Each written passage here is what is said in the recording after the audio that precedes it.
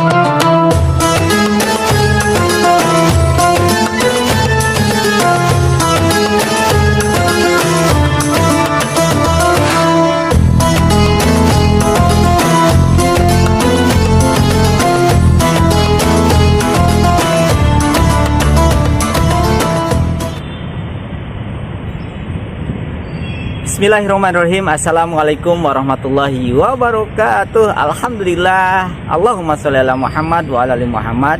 Apa kabar sahabat Syiar Edutainment? Mudah-mudahan sahabat semuanya senantiasa dalam keadaan baik-baik saja. Alhamdulillah, bertemu lagi bersama kami program dari Syiar Edutainment, liputan tempat-tempat bersejarah. Dan kali ini kami berada di Palembang. Insya Allah kami akan menguak ya tempat-tempat bersejarah di Palembang. Dan kali ini alhamdulillah kami berada di Masjid Agung Palembang. Saat terjadi perang antara masyarakat Palembang dengan Belanda tahun 1659, sebuah masjid terbakar. Masjid tersebut merupakan masjid yang dibangun oleh Sultan Palembang kala itu, Ki Gede Ing Suro. Masjid ini berlokasi di Keraton Kuto Gawang. Beberapa tahun kemudian, tepatnya pada tahun 1738, Sultan Mahmud Badarudin I Jayawikrama membangun kembali masjid tepat di lokasi berdirinya masjid yang terbakar. Masjid tersebut saat ini dikenal sebagai Masjid Agung Palembang. Dan di sini merupakan salah satu cagar budaya. Ya, cagar budaya mengapa? Karena ini dibangun pada Kesultanan Palembang Darussalam. Dibangun sekitar 10 tahun. Dari tahun 1738 sampai 1748, selama 10 tahun ya. Pada zaman Sultan Mahmud Badarudin pertama ya, Jayawikrama ya, Jayawikrama dibangun. Dan ini ada 3 perbatuan arsitektur ya. Gaya khas arsitektur Nusantara adalah pola struktur bangunan utama berundak tinggi dengan puncaknya berbentuk limas. Ciri khas arsitektur Eropa terdapat pada jendela dan pilar masjid yang besar dan tinggi. Material bangunan seperti marmer dan kaca diimpor langsung dari Eropa. Sedangkan arsitektur Cina dapat dilihat dari atap bangunan masjid utama yang menyerupai kelenteng. Menara mengusung tema budaya Indonesia, yaitu berbentuk tumpeng yang artinya habdum minallah, habdum minanas.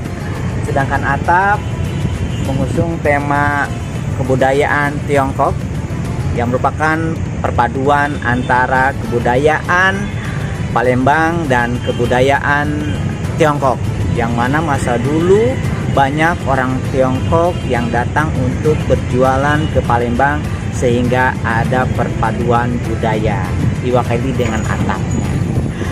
Dan untuk gerbangnya mewakili kebudayaan dari Eropa. Perpaduan 3 arsitektur tersebut sangat megah sekali. Mari kita lihat ke dalam.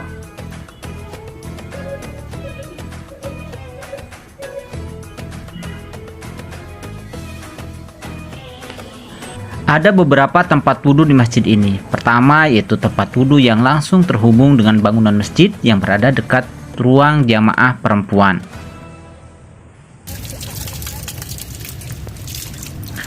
Kedua, tempat wudhu yang berada di luar bangunan masjid, yaitu yang berada di halaman masjid.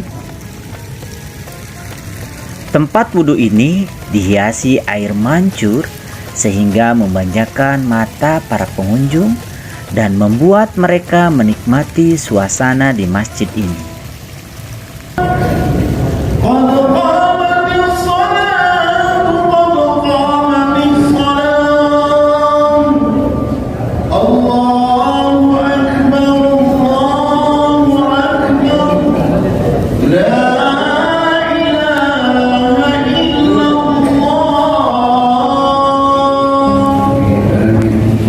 Bangunan pertama berdiri sejak awal masjid dibangun, yang saat ini menjadi tempat ibadah jamaah laki-laki.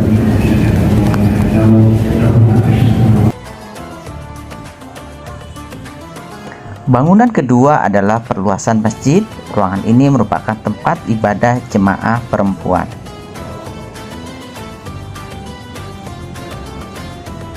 Masjid ini memiliki dua bangunan utama yang bisa menampung hingga 15.000 jamaah. Masjid ini terdiri dari 3 lantai. Bangunan berlantai 3 ini merupakan bangunan perluasan setelah direnovasi. Bangunan perluasan ini adalah perpaduan arsitektur Eropa dan Timur Tengah. Masjid Agung Palembang ini direnovasi pada masa pemerintahan Gubernur Rashihat Arsyad pada tahun 1999. Bisa kita lihat bersama, bangunan ini begitu megah dan kelihatannya lebih menarik ya, menjadi salah satu objek wisata, bukan cuma tempat ibadah, tapi bisa kita lihat arsitekturnya, perpaduan antara Eropa dan Timur Tengah, Turki dan Arab Saudi. Kita lihat bersama banyak kaligrafi yang bertulisan Allah dan Muhammad. Terdapat pilar-pilar besar yang menjadi penjaga masjid. Pilar-pilar penyangga ini menambah kesan kokoh dan megah bangunan masjid. Pintu-pintu dan jendela bangunan ini berhiaskan ornamen warna-warni yang khas dan sangat indah. Tangga masjid melengkung dengan pegangan berbahan kayu disertai tralis berhiaskan bunga-bunga dan daun, menambah kesan cantik dan mewah bangunan masjid.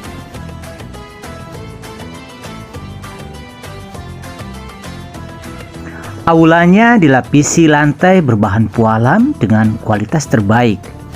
Kaca jendela dan marmer diimpor langsung dari Eropa. Kubahnya perpaduan seni Eropa dan Timur Tengah ala kerajaan Turki Utsmani dan bangunan masjid di negeri Sam. Ventilasi menggunakan kayu ukiran khas Palembang, paduan warna merah manggis dan emas. Bangunan perluasan ini merupakan bangunan 3 lantai yang terletak di belakang bangunan awal bangunan asli. Bangunan ini juga disertai bangunan 1 lantai di kiri kanan yang melingkari ruangan inti. Bangunan yang diadaptasi dari banyak arsitektur ini sangat mengesankan. Suasana yang dirasakan juga sangat tenang, sehingga jamaah dapat khusyuk melakukan ibadah.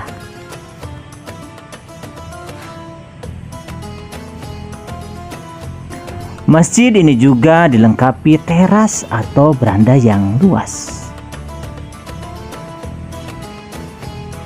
Baik sahabat Syiar Edutainment yang selalu mengikuti program dari Syira, Syiar Edutainment liputan tempat-tempat bersejarah. Mari kita lihat sisi lain dari bangunan-bangunan Masjid Agung Palembang ini. Ayo.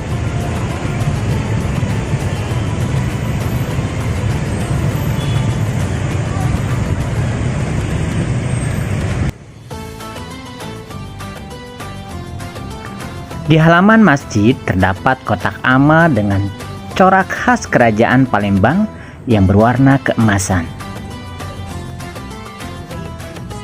Masjid ini juga dilengkapi dengan halaman yang luas, tempat parkir, taman, kolam air mancur, ruang sekretariat dan security.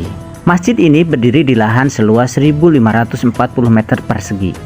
Selain menjadi sarana ibadah, halaman yang luas juga dimanfaatkan sebagai sarana olahraga oleh warga sekitar. Selain itu, di halaman masjid juga terdapat prasasti Masjid Sultan Mahmud Badarudin.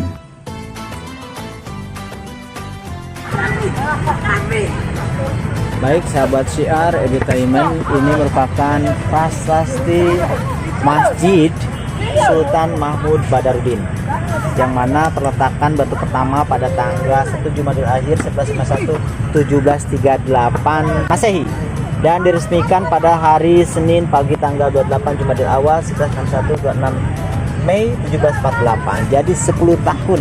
Dibangun oleh Sultan Mahmud Badarudin Jayo Wikramo 17457 bin Sultan Muhammad Mansur bin Sultan Sahunan Abdurrahman Candiwalang.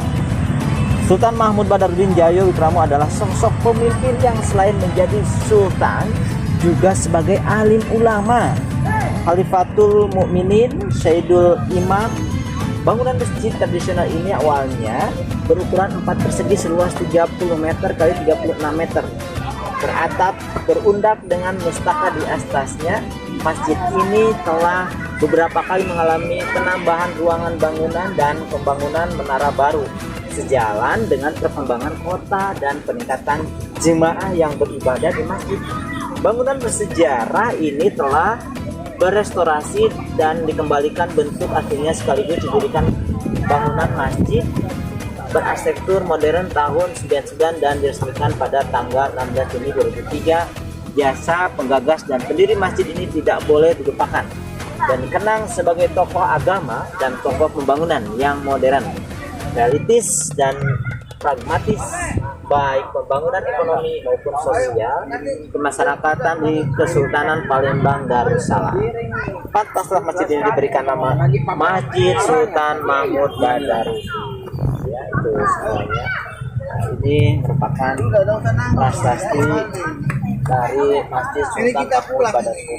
Nah, menarik ya, beliau bukan cuma sultan, tetapi beliau juga merupakan sebagai alim ulama dan Khalifatul Mukminin Sayyidul Imam. Masya Allah ya. Mudah-mudahan Allah menerima amal baiknya. Amin ya rabbal alamin. Menara ini adalah menara kedua yang dibangun dengan ciri khas arsitektur Turki, yaitu Kerajaan Ottoman.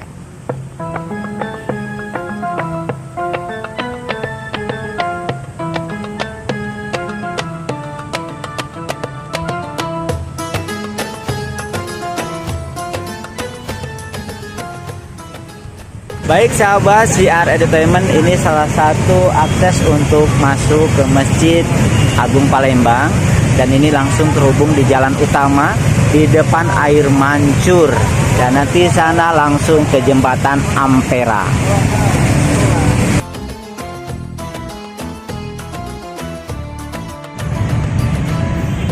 Baik sahabat Syiar Entertainment, terima kasih telah menyaksikan program kami Syiar Entertainment, liputan tempat-tempat bersejarah. Kali ini tentang Masjid Agung Palembang. Semoga kita semuanya bisa mengambil hikmahnya, bagaimana caranya kita bisa memakmurkan masjid, dan kita doakan bersama semoga Sultan Mahmud Badarudin diterima amal baiknya, dan siapapun yang terlibat dalam pembangunan ini semoga menjadi amal jariyah.